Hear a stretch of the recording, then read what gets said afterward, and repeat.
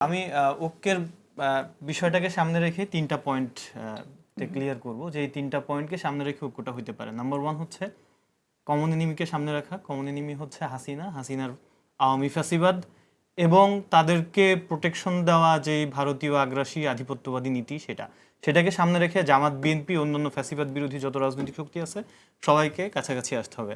Number 2 হচ্ছে ফ্রেমিংয়ের রাজনীতি থেকে বের হয়ে আসতে হবে। দেখেন, ফ্রেমিং সবাই করতেছে।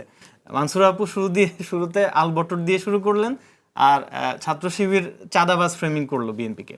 তো এই ফ্রেমিংয়ের রাজনীতির মোকাবেলায় যদি দুইজন পাশাপাশি বসে বা এক জায়গায় বসে এই চাঁদাবাজ যারা, তাদেরকে রাজনীতি থেকে যদি ঐক্যবদ্ধভাবে দূর করতে পারে, মানে বের করতে পারে, একই সাথে সাইবার বুলিং যারা করতেছে, যারা নারীদেরকে বিভিন্নভাবে অনলাইনে হেনস্থা করতেছে, সবাই মিলে বসেই যদি ঐক্যবদ্ধভাবে, ওখানে তো সায়ের ভাই একটা ব্যাখ্যা দিলেন, নানান রকম ষড়যন্ত্র হচ্ছে যেটাকে দেখা যাচ্ছে না।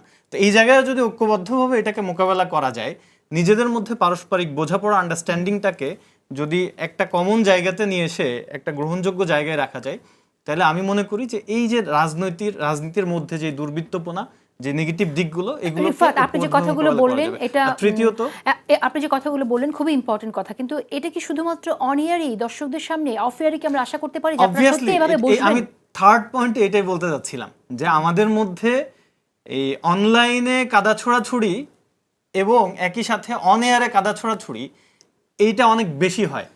ইন্টারনালি কিন্তু মানসুর আপুর সাথে আমার খুব ভালো সম্পর্ক, বা অনেকের সাথে, ছাত্রদলের অনেকের সাথে আমরা একসাথে অনেক প্রোগ্রাম করেছি, অনেক জায়গায় ঘুরতে গিয়েছি। মানে দেখেন, এটা শুধু রাজনীতি করার জন্য রাজনীতি হচ্ছে। সো আমি ফাইনালি যেটা বলতে চাই সেটা হচ্ছে যে আমরা আমাদের শত্রুর বয়ান যাতে সাবস্ক্রাইব না করি, সবগুলো রাজনৈতিক দল, এবং সেই বয়ানে যাতে একে অপরের দিকে কাদা ছোড়াছুড়িটা ওপেন স্পেসে এসে, অনেয়ারে এসে না করি।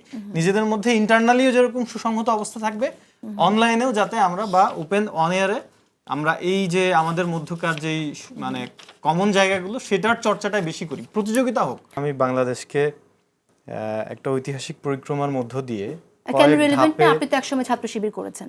হ্যাঁ, ছাত্র শিবির করেছি, কিন্তু ছাত্র শিবিরের পলিটিক্যাল যেই ফিলোসফি বা আদর্শ, সেইখানে মুক্তিযুদ্ধটা কে ধারণ করেই তারা, মানে আমরা সামনে এগিয়েছি।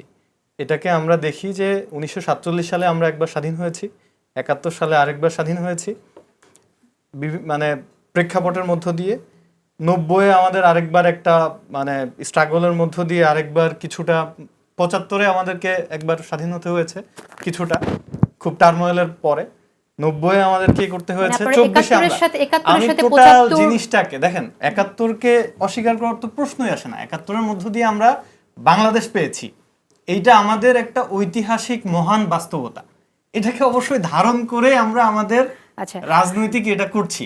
এখন যখন ওই মানে এটা আসে, এটা যতদিন পর্যন্ত জামাত এবং আওয়ামী লীগের এই যে বয়ানের খেলাটা থাকবে,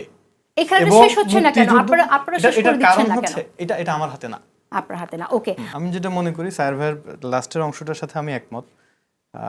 আওয়ামী লীগের কাছ থেকে আসলে মুক্তিযুদ্ধকে এই দেশের জনগণের যে প্রকৃত আকাঙ্ক্ষা ছিল 71-এ মুক্তির, সেই জনগণের মুক্তিযুদ্ধ আকারে আমাদেরকে প্রতিষ্ঠিত করতে হবে, এটা রিক্লেইম করতে হবে আসলে। That's it.